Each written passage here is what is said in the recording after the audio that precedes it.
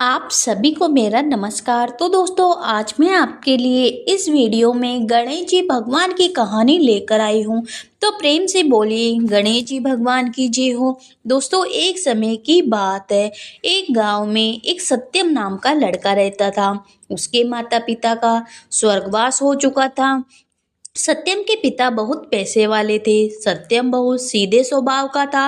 इस कारण गांव के लोग उसे पैसे ठगते रहते थे। वे बेचारा सभी की मदद करता था।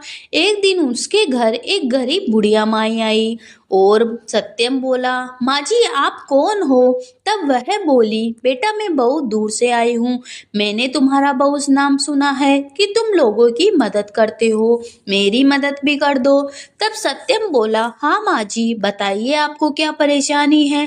तब वह बोली, बेटा मैं बहुत गरीब हूँ और मेरी एक बेटी है प्रिया। मैं चाहती हूँ कि तुम मुझसे शादी कर लो। तब सत्यम बोला, माँ जी मैं ऐसे कैसे शादी कर सकता हूँ? मैं तो आपको अच्छे से जानता भी नहीं हूँ।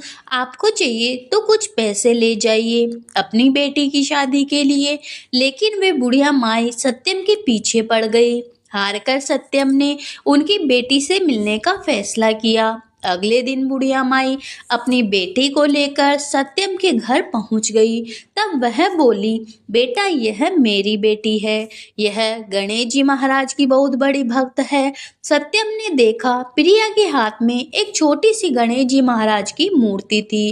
तब बुढ़िया माई बोली, बेटा यह गणेश जी महाराज को हमेशा अपने साथ रखती है।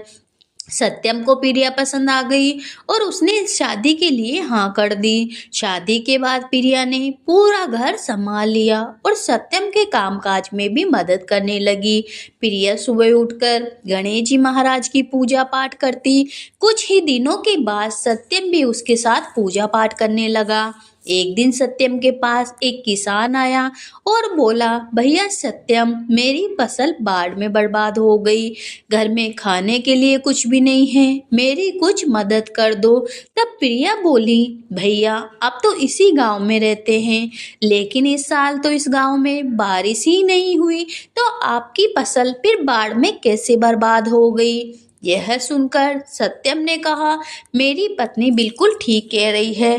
तुम तो मेरे सीधेपन का फायदा उठाकर मुझसे पैसा लेना चाहते हो। चलो भगो यहाँ से। यह सब सुनकर किसान चुपचाप चला जाता है। तब प्रिया बोलती है, आप तो बहुत सीधे हैं, इसलिए सब आपका फायदा उठाते हैं। आगे से जो भी आएगा मैं उससे बात करूंगी। अगले दिन सुबह सुबह एक नौजवान सत्यम के घर आया और बोला कि अरे भाई घर में कोई है? मैंने सुना है यहाँ सबकी पुकार सुनी जाती है। तब सत्यम बोला, कौन हो भाई, क्या चाहिए भैया आपको?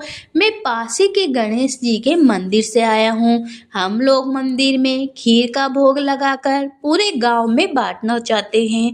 तुम भी कुछ सहयोग करो। तब सत्यम बोला, अरे ये तो बहुत पुण्य का काम है, मैं अभी पैसे लेकर आता हूँ। सत्यम ने प्रिया को बुलाया।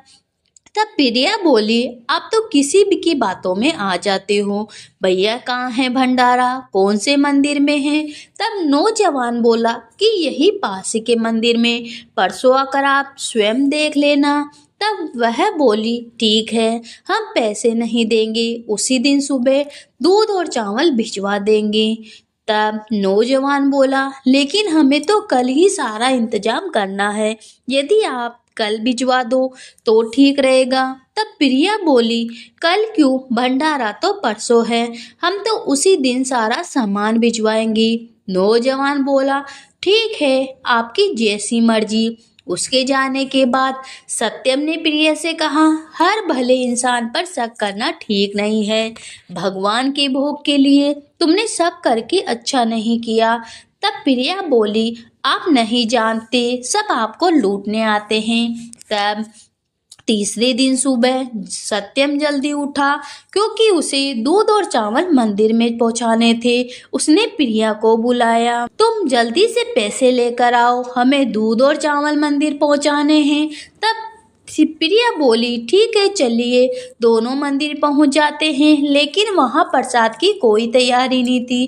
तब प्रिया बोली देखो मैंने आपसे कहा था ना, ये सब आपको मूर्ख बनाकर आपसे पैसे हड़पने के चक्कर में थे। चलो एक बार मंदिर में पता करते हैं। पंडित जी यहाँ तो मंदिर में खीर का प्रसाद बांटा गया था ना, यहाँ तो कोई इंतजाम नहीं दिख रहा है। तब पंडित जी बोले बेटा वह प्रसाद तो सूर्य उदय से पहले ही बट गया। कल रात को खीर बनाकर चांद की रोशनी में रख दी थी और सुबह सूर्य उदय से पहले ही बाढ़ दी। लेकिन हम तो दूध और चावल लाए हैं। लेकिन बेटा हमने तो कल ही सामान मंगवाया था। तब सत्यम बोला प्रिया उस नौजवान ने ठीक कहा था, कल ही हमें सामान भिजवा देना चाहिए था। लेकिन तुम्हारी शक की वजह से न तो हमारा सामान प्रसाद में काम आ सका और न ही हमें प्रसाद मिल सका। लेकिन पंडित जी ने कहा हमने तो किसी को भी आपके घर नहीं भेजा। चलो कोई बात नहीं, अब मंदिर आए हो तो गणेश जी महाराज के दर्शन कर लो। सत्यम और प्रिया गणेश जी महाराज के सामने जाकर उनसे माफ़ी मांगने लगे। दोनों ने जैसे आंखें खोली तो गणेश जी महाराज की प्रतिमा में उस नौजवान की झलक दिखाई दी। सत्यम और प्रिया दोनों रोने लगे। हे गणेश जी महाराज आप स्वयं भोग लेने हमारे घर आए थे और हमने आपको मना कर दिया। हमसे बहुत बड़ी भूल हो गई। मैं इतनी पूजा पाठ करती हूँ फिर भी आपको पहचान न पाई। यह कहकर दोनों गणेश जी भगवान के चरणों में गिर गए। तो हे गणेश जी महाराज आपने जैसे उनको माफ़ किया वैसे सबको करना।